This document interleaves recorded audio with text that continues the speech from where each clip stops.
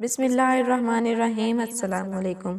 کیا آپ جانتے ہیں کہ مکڑی بچے پیدا کرنے کے بعد بچوں کے باپ کو کیوں قتل کرتی ہے اور وہ بچے بڑے ہو کر ماں کے ساتھ کیا عبرتناک کام کرتے ہیں؟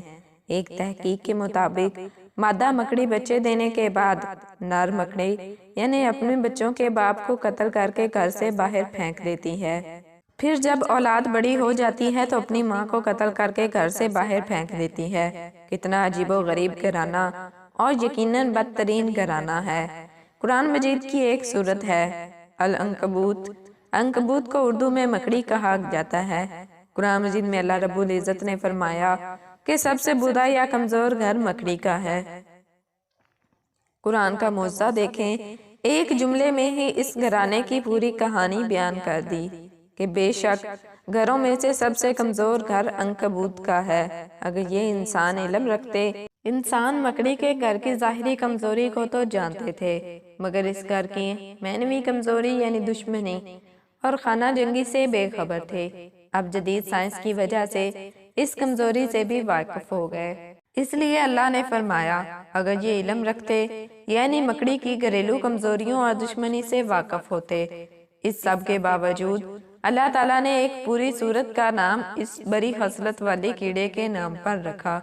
حالانکہ اس سورت کے شروع سے آخر تک گفتگو فتنوں کے بارے میں ہے۔ سورت کی ابتدا یوں ہے، کیا لوگ یہ خیال نہیں کرتے کہ وہ اس بات پر چھوٹ جائیں گے کہ انہوں نے کہا کہ ہم ایمان لائے ہیں اور ان کو آزمایا نہیں جائے گا؟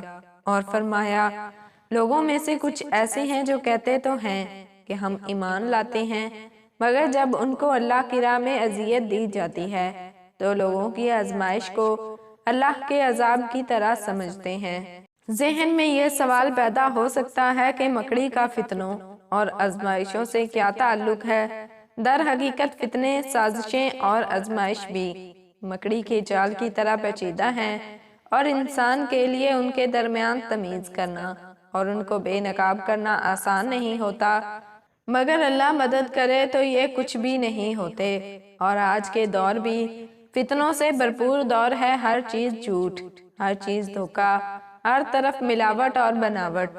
اس دور میں فتن اور فتنوں میں پھنس گیا، بس وہ گیا۔ اللہ ہم سب کی فتنوں اور سازشوں سے حفاظت فرمائے اور ہمیں دین اسلام پر استقامت اور اس کی سمجھ عطا فرمائے۔ آمین یا رب العالمین۔